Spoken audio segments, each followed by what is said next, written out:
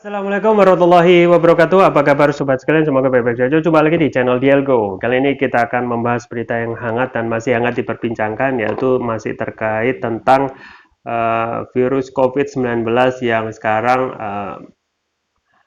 ada berita baru tentang varian ya, varian B1640 ya. Nah, ini juga kita perlu melihat lagi apakah tentang kebenaran berita ini, dan memang ini sudah dilansir oleh Detik News ya, dengan judul baru lagi, WHO awasi varian COVID-19 B1642 penerus Omicron gitu ya. Ya, langsung saja saya bacakan ya. Para ilmuwan Prancis mengidentifikasi varian terbaru COVID-19 B1640.2.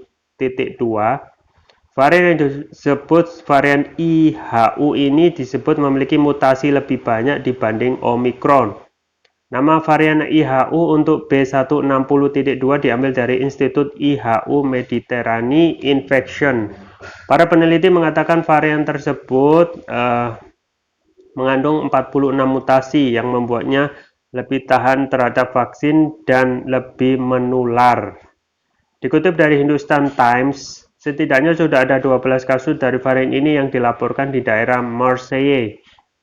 Temuan kasus ini juga dikaitkan dengan perjalanan dari negara Afrika Kamerun.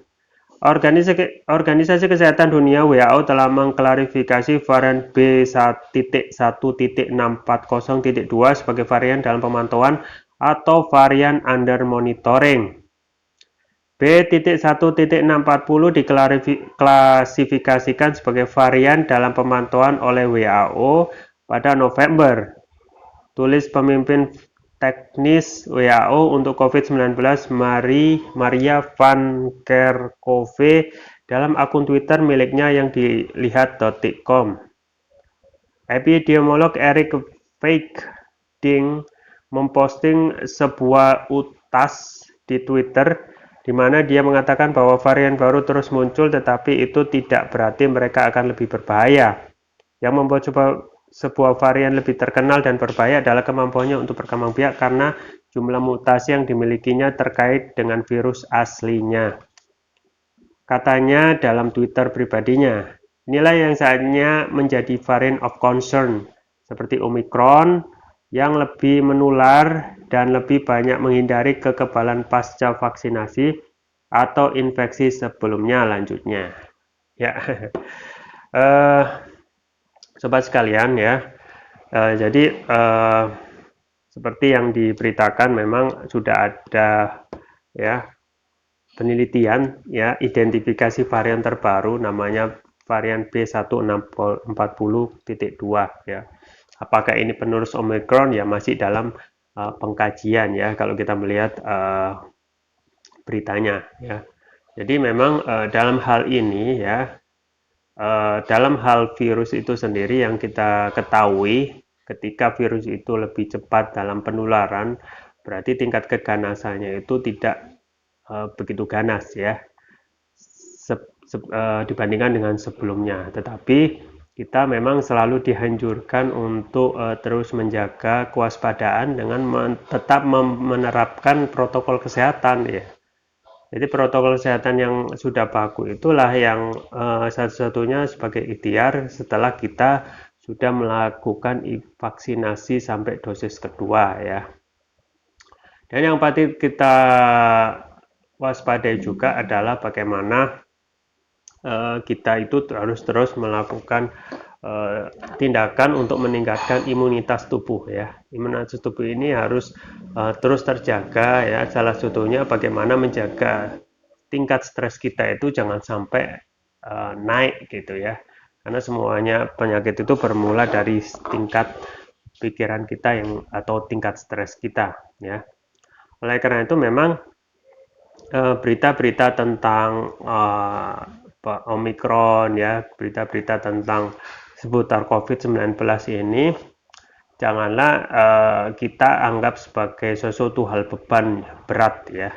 Cukup kita itu menganggap itu berita yang biasa ya, karena sesuai yang disampaikan oleh pengamat dan peneliti tentang masalah virus ini ya, bahwasanya mutasi yang terjadi atau Omikron ini varian terbaru itu mutasinya cuma kecil saja, yaitu mutasi spike protein saja gitu. Dan itu sifatnya tidak begitu signifikan ya. Artinya sama, tidak begitu beda dengan sebelumnya, tetapi tingkat keganasannya memang turun karena tingkat penularannya memang tinggi ya, dan itu memang hukum alam ya. Ketika tingkat penularannya tinggi berarti keganasannya tidak begitu ya. Makanya kita pertama harus meningkatkan imun ya, kita harus menjaga kesehatan. Yang paling penting adalah kita tidak menganggap beban ya. Dan kita ketahui ya, saat ini memang ada di negeri ini terlihat trennya menurun, melandai ya, tetapi kita harus waspada bahwasanya bisa jadi kalaupun kita melepaskan tingkat kewaspadaan itu akan naik lagi gitu ya. Tetapi memang ada kabar gembira ya, bahwasanya COVID-19 ini sudah ditemukan obatnya ya, yaitu Paxlovid dan Molnupiravir ya. Molnupiravir ini yang sekarang sudah diakui ya, dan memang ketika sudah ada obatnya berarti sebenarnya untuk penanganan virus itu sudah bisa dilakukan minum obat gitu. Jadi seperti virus yang lain, misalnya flu yang ketika terjangkit bisa minum obat ya. Dan yang paling penting ya, kita harus selalu menjaga stamina tubuh, kesehatan agar tidak sakit. Yang bisa saya rekomendasikan adalah selalu mengkonsumsi propolis ya. Propolis yang saya konsumsi ataupun yang saya rekomendasikan adalah Turkish Propolis Ruqyah ya. Jadi Turkish Propolis Ruqyah ini merupakan propolis yang dari Turki ya. Kenapa Turki? Karena Turki itu penghasil madu terbesar kedua di dunia, otomatis produksi propolisnya juga melimpah ya. Perbedaan propolis ini dengan propolis yang lain adalah ada nanoteknologi yang dapat meningkatkan kelarutan dan penyerapan oleh tubuh. Jadi dalam hal penanganan penyakit yang kita ingin tanggulangi dengan mengkonsumsi propolis ini lebih cepat karena ada nanoteknologi. Kemudian juga ada ruqyahnya juga ya, Turkish Propolis Ruqyah, yang kalau kita melihat ruqyah ini adalah salah satu pengobatan terapi yang merupakan sangat dianjurkan ya. Karena dengan adanya ruqyah ini berarti bisa memberikan pengobatan untuk penyakit medis dan non medis. Non medis itu seperti gangguan jin dan lain sebagainya. Kemudian untuk penyakit medis sendiri itu hampir semua bisa diatasi dengan propolis ini, termasuk bagaimana mengatasi virus ya. Kita hanya mengkonsumsi rutin, dan termasuk juga untuk penyakit-penyakit yang lain ya. Jadi bisa dianggap ini adalah obat sabu jagat ya. Nah, Turkish Propolis Ruqyah ini insya Allah akan mengatasi masalah medis seperti kolesterol, kekebalan, asam urat ya.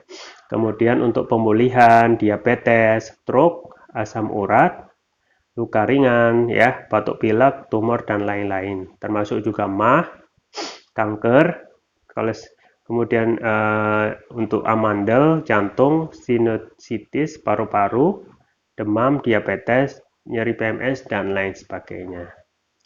Dan memang banyak sekali ya, dan termasuk juga penyakit-penyakit yang lain yang banyak sekali konsumen itu sudah cocok ya, termasuk juga bisa dioles untuk luka ya. Nah, selain Turkish Propolis ini juga ada Turkish Propolis Ruqyah yang brand ya. Ini untuk nutrisi otak yang juga sama fungsinya, tetapi lebih fokus untuk nutrisi otak, yang memang saya anjurkan untuk mengkonsumsinya secara rutin ya. Dan link pembeliannya sudah ada di deskripsi ya. Jadi kita sebagai ikhtiar kita sebagai seorang muslim untuk menjaga kesehatan adalah mencegah itu lebih baik daripada mengobati. Dan ketika kita sudah melihat bahwasanya propolis itu saya anggap dan saya rekomendasikan adalah salah satu ikhtiar kesehatan kita untuk selalu menjaga kesehatan, ya, meskipun kita tidak sakit kita harus tetap menjaga agar fit setiap hari, ya. Oke, jangan lupa untuk konsumsi rutin Turkish Propolis Ruqyah, link pembelian ada di deskripsi. Saya itu yang bisa saya sampaikan, semoga bermanfaat. Saya Rahmat Romani, jangan lupa like, share, dan subscribe. Sampai jumpa lagi. Wassalamualaikum warahmatullahi wabarakatuh.